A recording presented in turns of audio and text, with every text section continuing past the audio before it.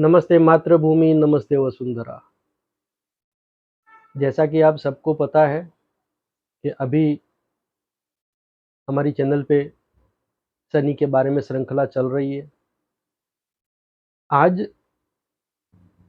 द्वितीय भाव में यदि शनि अस्त हो तो उसके क्या शुभ अथवा तो अशुभ परिणाम देखने को मिलते हैं। जन्म कुंडली में शनि अस्त लेकर पैदा हुए जो जातक हैं, उनके जीवन का हर पल जन्म से लेकर के वृद्धावस्था तक का जो सफ़र है, वो जीवन कैसे चलेगा, किस तरह के अनुभव होंगे, किस तरह के सुख-दुःख व्यक्ति देखेगा, इसके बारे में हम एक संक्षिप्त चर्चा करते हैं। शनि अस्त अगर किसी की भी जन्म कुंडली में आया है, तो विशेष तौर पे जैसा कि अभी हम द्वितीय भाव का वीडियो बना रहे हैं कि द्वितीय भाव में शनि अस्त। तो शनि अस्त लेकर के पैदा हुआ जातक उसे एक बात को समझना होगा कि कोई भी ग्रह जब अस्त होता है, तो उसके जो गुणधर्म हैं, उसके जो प्रभाव हैं, उसमें किसी न किसी तरह की कमी अवश्य आती है। ये कमी आना व्यक्ति के लिए लाभ में है अथवा तो हानि में है, इसके बहुत सारे आयाम हैं कि जिसमें देखा जाता है कि व्यक्ति को ये अस्त ग्रह किस तरह से कोई बेनिफिट देगा अथवा तो किस तरह के कोई कटु अनुभव उसके जीवन में हो सकते हैं। इतना तो हम सबको पता है कि सूर्य के सामने शनि, सूर्य एक प्रकाशमय ग्रह है और शनि को अंधेरे का अधिपति बनाया गया है। जमीन में जब कोई बीज जमीन के ऊपर पड़ा होता है, तो उसके फलद्रुप होने की संभावनाएं कम रहती है, लेकिन उस बीज को अगर जमीन के अंदर बोया जाए तो वो फलद्रुप होकर के निकलता है। हमारा देश भारत कृषि प्रधान देश है।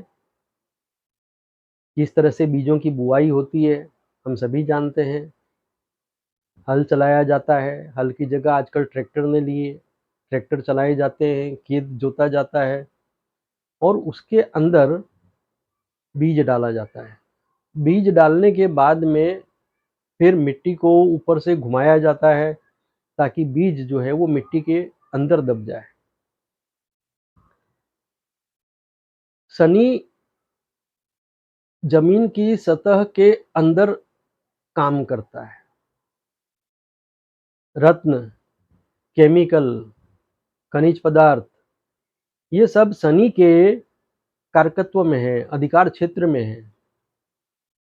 जब भी कोई ग्रह अस्त होता है तो उसकी जो एक क्षमता होती है उसमें कमी आती है। उर्वरकता, फलद्रुपता, उसमें कमी आती है। उसी तरह से शनि अगर अस्त है तो शनि कर्म भाव का स्वामी भी है, लाभ भाव का स्वामी भी है। काल पुरुष कुंडली के अनुसार कर्म और लाभ का अधिपति है। तो जब ऐसा शनि अस्त होता है तो उसके किसी न किसी तरह के दुष्प्रभाव कहें या अभाव कहें, वो व्यक्ति के जीवन में देखने में अवश्य आते हैं। शनि कैसे अस्त होता है इसके बारे में तो हम पहले भी चर्चा कर चुके हैं और हर बार जब भी अस्त ग्रह के बारे में जब भी कोई हमारा वीडियो बनेगा तो उसमें हम चर्चा अवश्य करेंगे। शनि से पीछे के तरफ, अर्थात कि शनि जहाँ बैठा है, जैसे कि शनि द्वितीय भाव में बैठा है, तो शनि के जो अंश हैं उससे पीछे की तरफ 15 अंश के भीतर भीतर अगर सूर्य का प्रवेश हो चुका है तो यहाँ पर शनि का जो अस्त काल है वो आरंभ हो चुका है। सूर्य शनि के करीब आता है, शनि के करीब आकर के आगे जाता है। फास्ट मूविंग प्लेनेट है सूर्य शनि के मुकाबले में। तो सूर्य जो है जब आगे जाता है शनि से, तो वहां भी 15 अंश की दूरी तक में सूर्य शनि को अस्त रखता है। करीब 1 महीना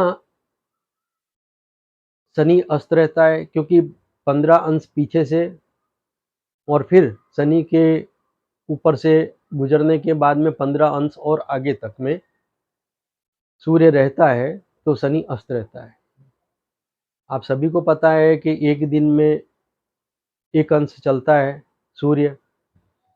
तो यहाँ पर 1 महीने का जो समय काल है, हर 12 महीने में 1 महीना ऐसा आएगा कि जब शनि पर से सूर्य गुजरेगा, शनि को अस्त करेगा। शनि जब अस्त होता है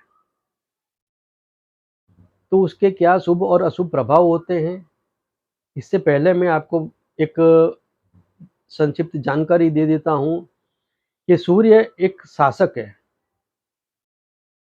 हम जिसे सीधे सीधी भाषा में कहते हैं कि घर का जो मुखिया होता है, जो घर का निभाव करता है, घर के हित के बारे में निर्णय लेता है, वो मुखिया अर्थात कि वो शासक हुआ।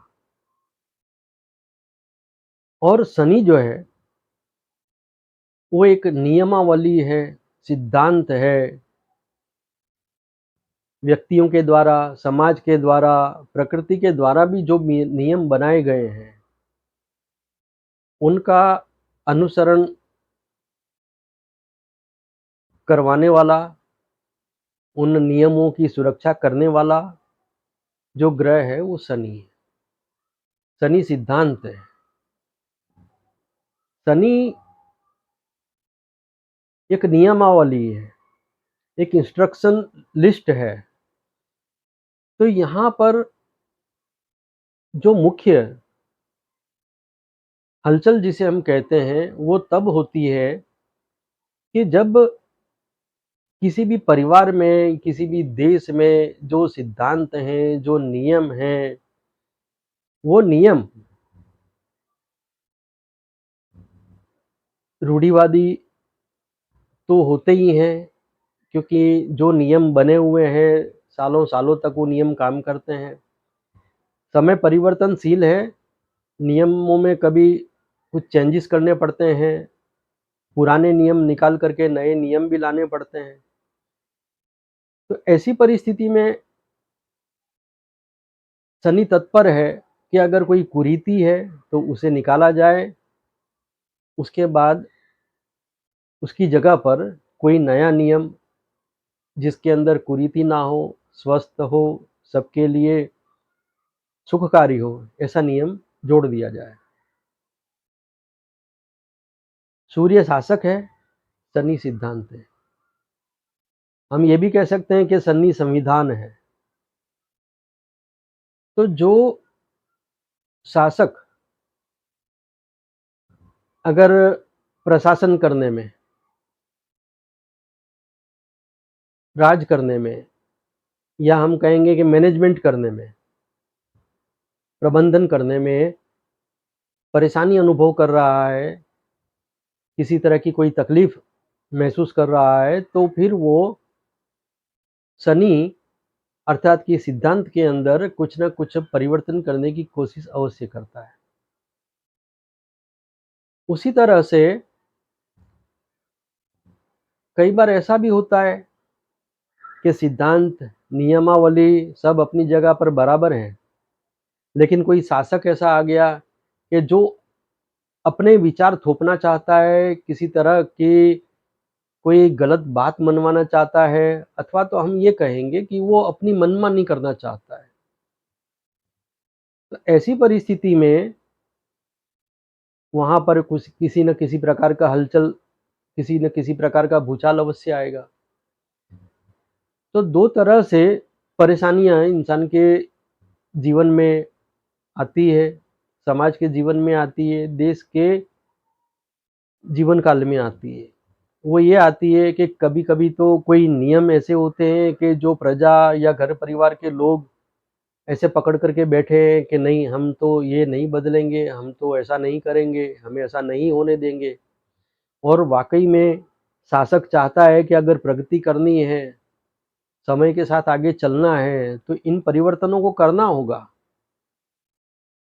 और कई बार ये होता है कि जिन परिवर्तनों को करने की आवश्यकता नहीं है, उसके लिए शासक अपना किसी स्वार्थ को सिद्ध करने के लिए वो परिवर्तन करने का आग्रह करता है, दबाव बनाता है।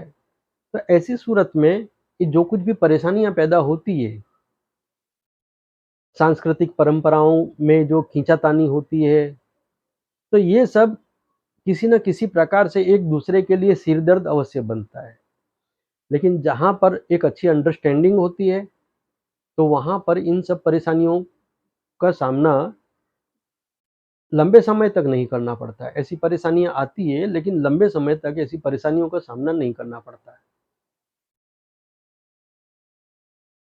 जब भी शनि अस्त होता है किसी जातक के जन्म कुंडली में, तो ऐसा जातक कहीं न कहीं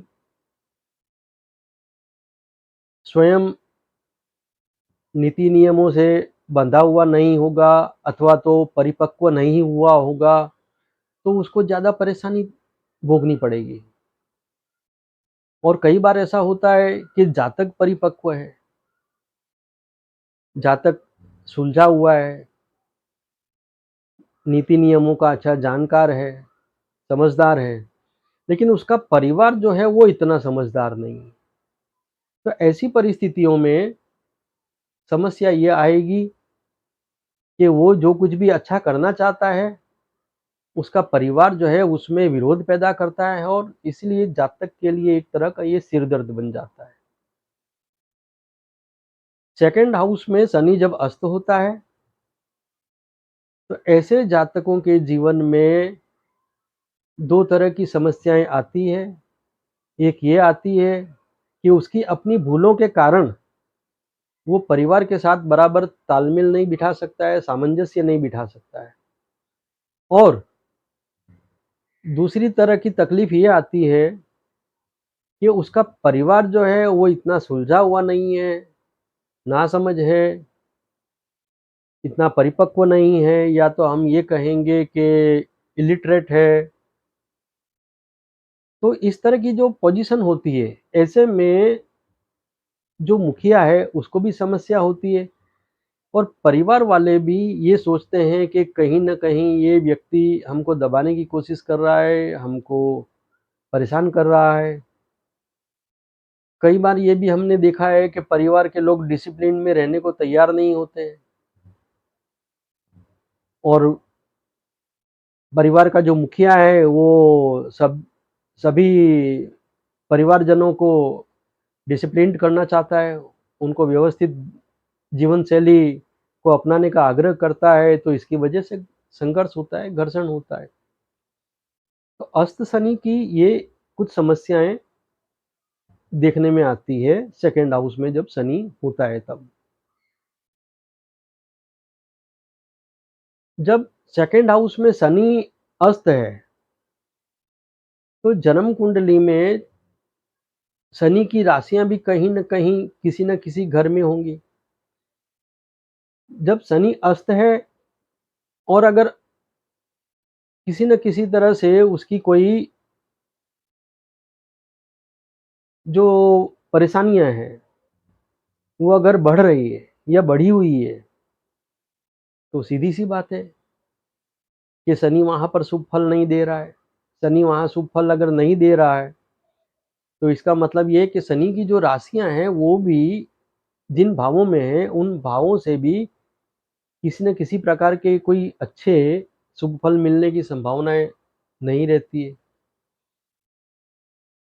शनि अगर अस्त है, लेकिन शनि जिस राशि में बैठा है, वो राशि उसकी खुद की राशि है। मान लीजिए कि सेकंड हाउस में मकर राशि आ गई, कुंभ राशि आ गई, अथवा तो वो जिस राशि में वो उच्च का होता है, तुला राशि आ गई। तो ऐसी परिस्थिति में व्यक्ति को अस्त शनि के कारण कुछ समस्याएँ आएँगी तो सही, क्योंकि शनि का बल वहाँ कम है, तो अपनी शुभ राशियों में होने के बावजूद भी, उच्च राशि में होने के बावजूद, स्वग्रही राशियाँ होने के बावजूद भी, वहाँ पर शनि की फलद्रुपता इतनी देखने को नहीं मिलेगी। शनि वहाँ पर अच्छे से फल नहीं दे पाएगा। शनि के अगर सेकंड हाउस में शनि बैठा है और अंशात्मक दृष्टि से अगर हम देखते हैं, तो शनि से अगर पीछे सूर्य है, अथवा तो शनि जिस भाव में है, उसके पिछले भाव में अगर सूर्य है, जैसा कि मैंने आपको बताया कि 15 अंश की दूरी का प्रश्न होता है, उसके कारण ही शनि अस्त होता है। शनि मान लीजिए कि किसी की जन्म कुंडली में सेकंड हाउस के अंदर 5 अंश का बैठा हुआ है और लग्न में सूर्य देवता बैठे हुए हैं, वो वहाँ से 25 अंश के ऊपर बैठ गए। इसका मतलब ये है कि सूर्य देवता जो हैं वो शनि की ओर आगे बढ़ रहे हैं, तो वो अस्त कर रहे हैं शनिदेव को। तो ये जो परिस्थिति होती है कि सूर्य देवता पिछली राशि से या पीछे से शनि को अस्त करते हुए शनि की ओर बढ़ रहे हैं, तो ऐसा जो व्यक्ति है और उसका जो परिवार है, वो जीवन में एक बार ग्राउंड ज़ीरो पे ज़रूर आएगा। अर्थात कि किसी न किसी तरह की समृद्धि को खोते हुए, पारिवारिक सुख सुकून को खोते हुए, हम जिसे कहेंगे कि दरिद्रता की चपेट में आ जाना, खराब परिस्थिति में घिर जाना, ऊंचाई से, पर्वत की चोटी से खाई में गिर जाना, इस तरह की परिस्थितियां उसके परिवार के जीवन में आ सकती है, आती ही है। कभी न कभी ऐसी परिस्थितियां आती ही हैं। लेकिन ये बात भी सही है कि फिर उन परिस्थितियों में से वो जीवन में दोबारा प्रगति की ओर आगे बढ़ता अवश्य है। जिस व्यक्ति के जन्म कुंडली में सेकंड हाउस में शनि बैठा है और सूर्य उसके साथ में ही है, सेकंड हाउस में ही सूर्य भी है, तो ऐसा जो जातक है, सेकंड हाउस में सूर्य और शनि की युति, ऐसा जो जातक है उसके जीवन में धन का अभाव हमेशा बना रहेगा। सूर्य के अंश, सूर्य के जो अंश हैं, यदि वो शनि के अंश से अधिक हैं, अर्थात कि शनि के जो अंश हैं उससे सूर्य आगे निकल गया है, लेकिन है तो सेकंड हाउस में ही, ऐसी सूरत में ये होगा कि व्यक्ति कई तरह के अभावों में से, कई तरह की तकलीफों में से गुजर करके धीरे धीरे प्रगति की ओर आगे अवश्य बढ़ेगा। सेकंड हाउस में बैठे हुए शनि को अगर सूर्य सेकंड हाउस से अगले घर में से अस्त कर रहा है, मान लीजिए कि किसी की जन्म कुंडली में शनि 25 अंश का बैठा हुआ है और सूर्य ने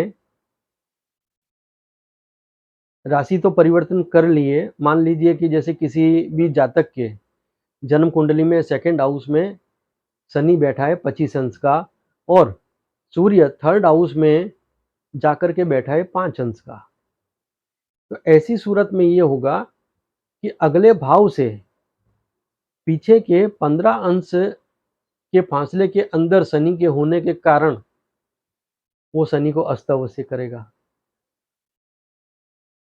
लेकिन यहाँ पर परिस्थिति कुछ अलग होगी।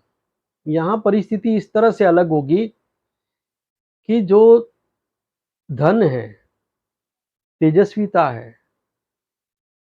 प्रभाव है, इसके लिए सूर्य को ही देखा जाता है। अगर किसी का सूर्य अच्छा है तो उसके जीवन के ठाट बाट अच्छे होंगे, उसके जीवन का जो उसका रहन सहन है वो प्रभावशाली होगा, उसका परिवार अच्छा प्रभावशाली होगा। हम सभी जानते हैं, जो भी ज्योतिष शास्त्र में रुचि रखते हैं उनको पता है कि धन के बारे में परिस्थिति किस तरह की होगी किसी जातक की, इसको समझने के लिए, देखने के लिए जन्म लग्न कुंडली, चंद्र लग्न कुंडली और सूर्य लग्न कुंडली, इन तीनों का अभ्यास किया जाता है। ये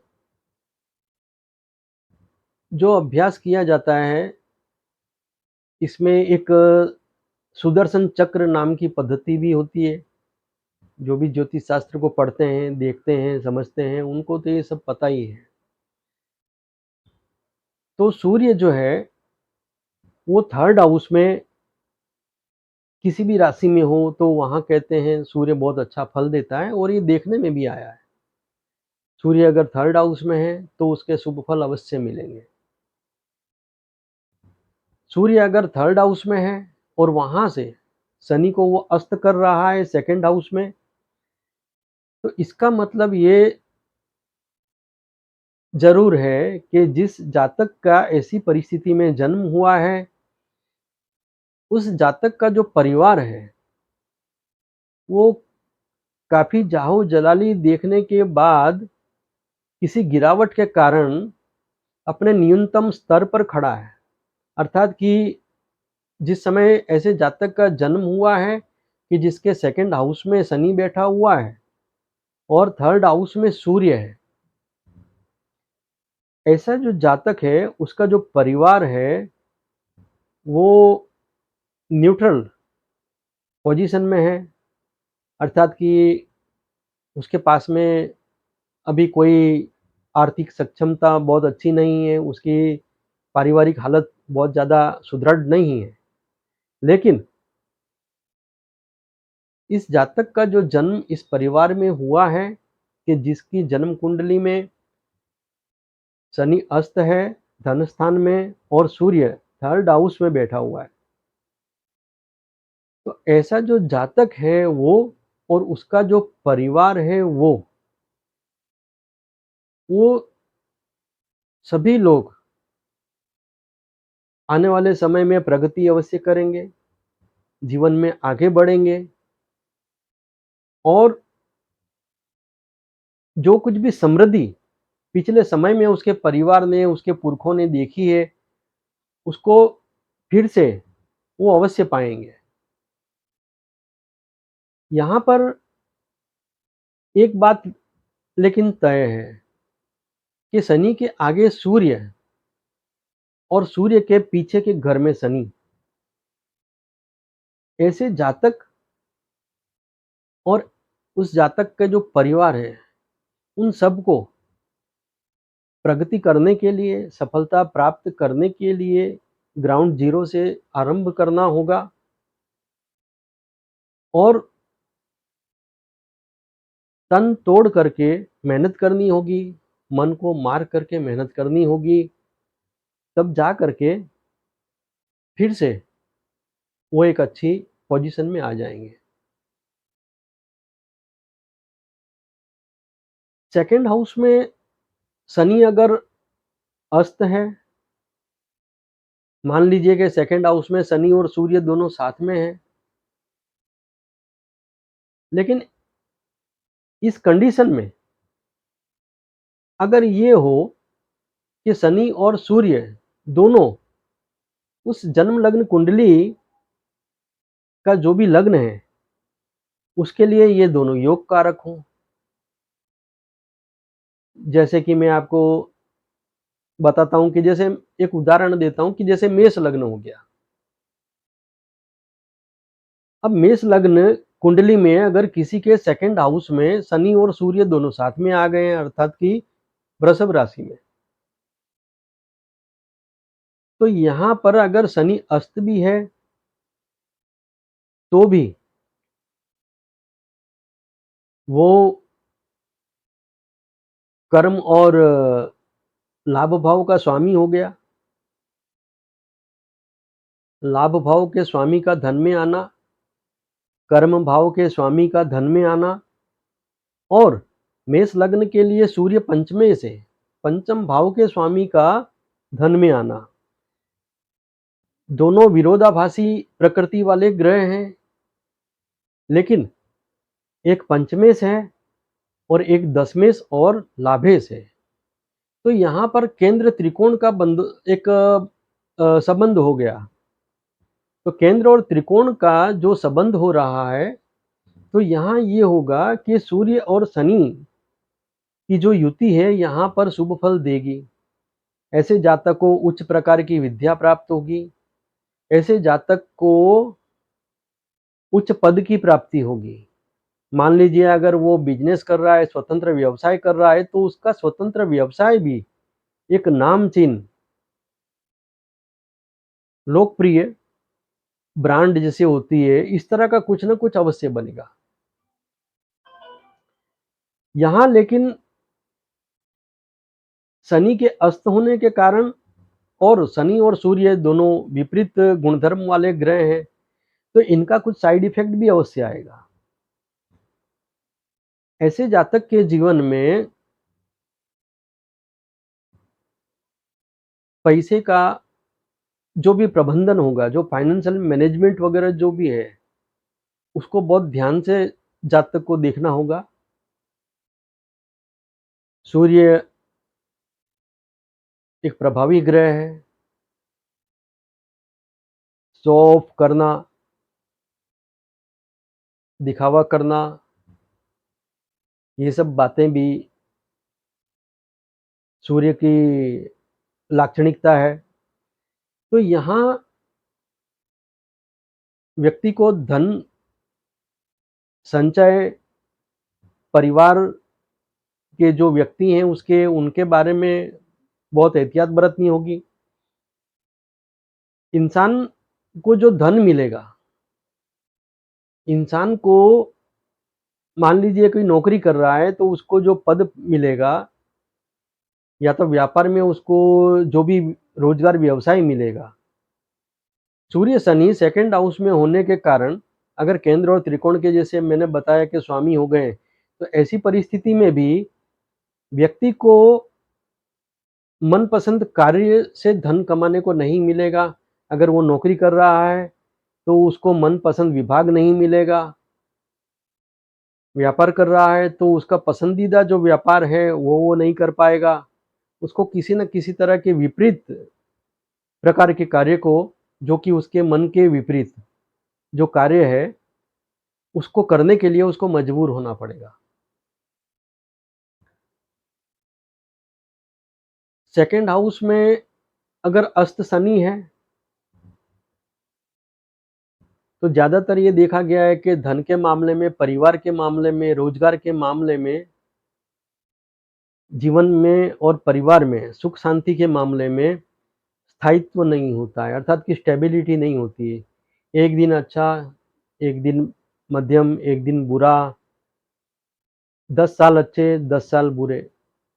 इस तरह के जीवन में उतार-चढ़ाव उसके अवश्य लगे रहेंगे। सेकंड हाउस में शनि जब अस्त है, तो उसके कुछ शुभ प्रभाव क्या होंगे, इसके बारे में मैं आपको बताता हूँ। सेकंड हाउस में शनि अस्त होता है, तो उसके भी शुभ प्रभाव देखने में आते हैं। अब वो किस तरह से आते हैं, मैं आपको समझाता हूँ।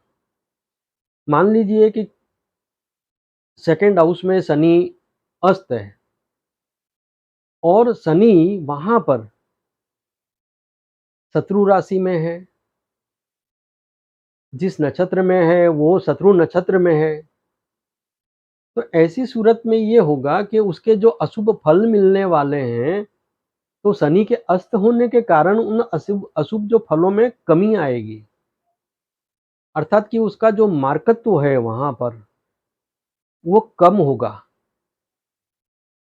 शनि अस्त है और वो शत्रु राशि में है, शत्रु नक्षत्र में है। ऐसी परिस्थिति में अस्त शनि का जो अशुभ प्रभाव है, उसके अंदर न्यूनता आ जाएगी। तो दूसरे जो भी गुणधर्म दूसरे ग्रहों के मिल रहे हैं, तो वहाँ पर किसी न किसी तरह की वृद्धि अवश्य होगी, क्योंकि एक चीज़ में अगर कमी आती है, तो दूसरी चीज़ में सामने कुछ न कुछ वृद्धि अवश्य होती है।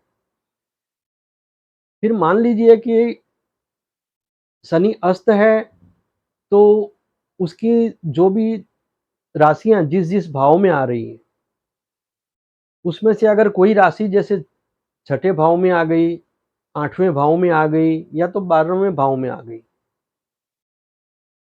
तो ऐसी सूरत में छठे भाव का स्वामित्व होने के कारण, 8वें भाव का स्वामित्व होने के कारण अथवा तो 12वें भाव का स्वामित्व होने के कारण शनि का जो अशुभ प्रभाव मिलने वाला था, उसमें कमी हो जाएगी और अशुभता कम होकर के जो धन, मान, यश, लाभ में जो कमी करने वाला था शनि, तो वो उसका असर वहाँ कम हो जाएगा। अर्थात कि जो भी धन, मान, यश, लाभ मिलने वाला है, उसकी कुछ अधिकता अवश्य हो जाएगी। शनि अगर अस्त है सेकंड हाउस में और उसके कुछ शुभ फल अगर मिल रहे हैं, तो ऐसे व्यक्ति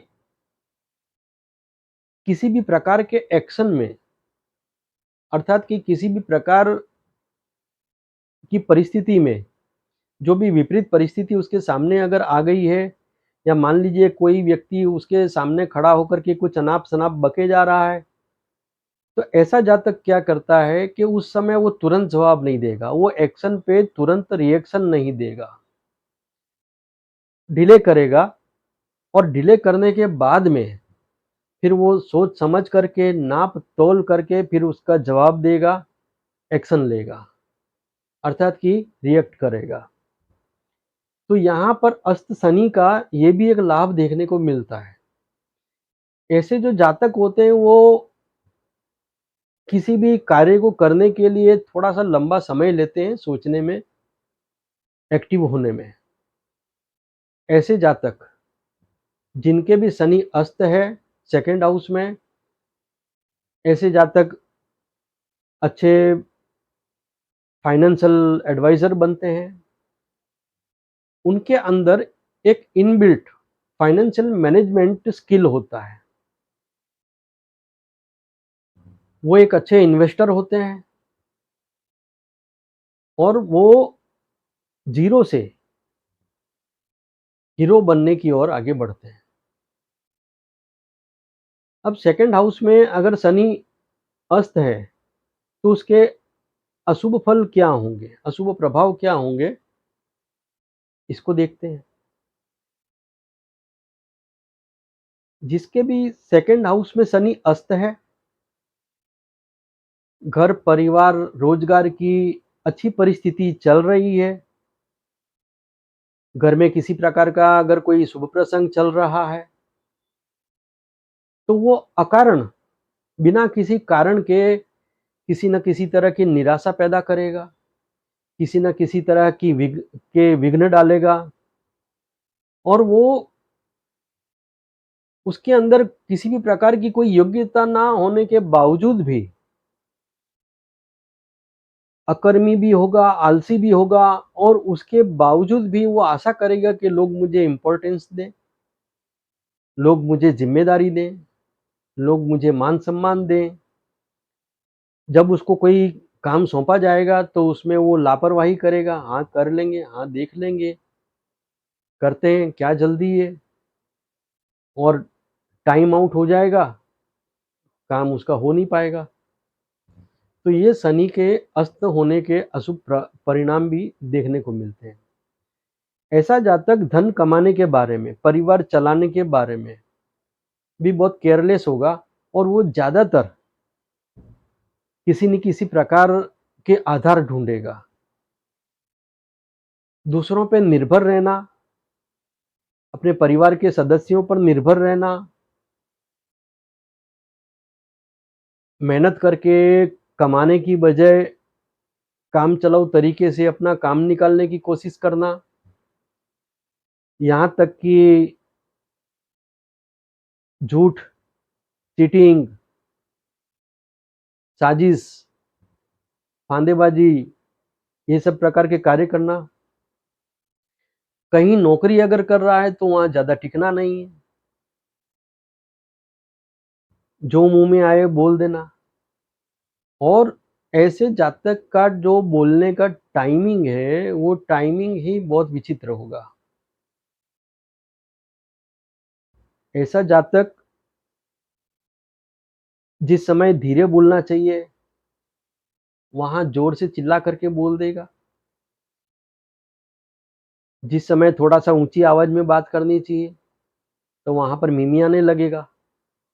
तो ऐसा सब असंतुलन अस्त शनि के सेकंड हाउस में होने के कारण देखने में आता है। अस्त शनि अगर अशुभ फल दे रहा है, ऐसे व्यक्ति का चेहरा निस्तेज होगा, चाहे कितना भी अच्छा खुराक ले रहा हो, दूध पी रहा हो, फल-फ्रूट अच्छे से खा रहा हो, लेकिन उसके चेहरे पे किसी प्रकार का कोई तेज देखने को नहीं आएगा। निस्तेज उसका चेहरा होगा। चेहरे से वो आलसी, शिथिलता, दरिद्रता सब प्रकट होंगे, और ऐसा जातक कहीं भी जाकर के खड़ा होगा, उसका ज़रा भी कुछ प्रभाव नहीं होगा। अस्त शनि अगर किसी के सेकंड हाउस का अशुभ फल दे रहा है, तो ऐसे जातक को मुँह से संबंधित रोग, दाँतों की समस्याओं का बार-बार होना, ये सब बातें बहुत ज़्यादा देखने में आती है। अस्त शनि अगर किसी की भी जन्म कुंडली में है, तो ऐसे जातक को अपने अंदर कुछ चेंजेस करने की बहुत ज़्यादा ज़रूरत है। जैसे एक ट्रेन पटरी पर चलती हुई ये अच्छी लगती है, उसी में जो सफ़र करने वाले लोग हैं वो सुरक्षित रहते हैं। इसी तरह से अस्त शनि वाले जो लोग हैं, वो जितना ज़्यादा डिसिप्लिन्ड रहेंगे, जितना ज़्यादा अपने काम की ओर अग्रसर रहेंगे, अपनी प्रगति की ओर अग्रसर रहेंगे, इतना ज़्यादा उनको लाभ प्राप्त होगा, समस्याएँ कम होंगी। अस्त शनि के बारे में, सेकंड हाउस में जो अस्त शनि है, उसके बारे में हमने ये जो जानकारियाँ रखी है, मैं आशा करता हूँ कि आपको ये जानकारियाँ बहुत पसंद आएँगी। आप अगर हमारी चैनल में नए हैं, पहली बार आए हैं, तो आप हमारी चैनल को सब्सक्राइब करें, लाइक करें, शेयर करें, कमेंट करें। धन्यवाद, नमस्कार।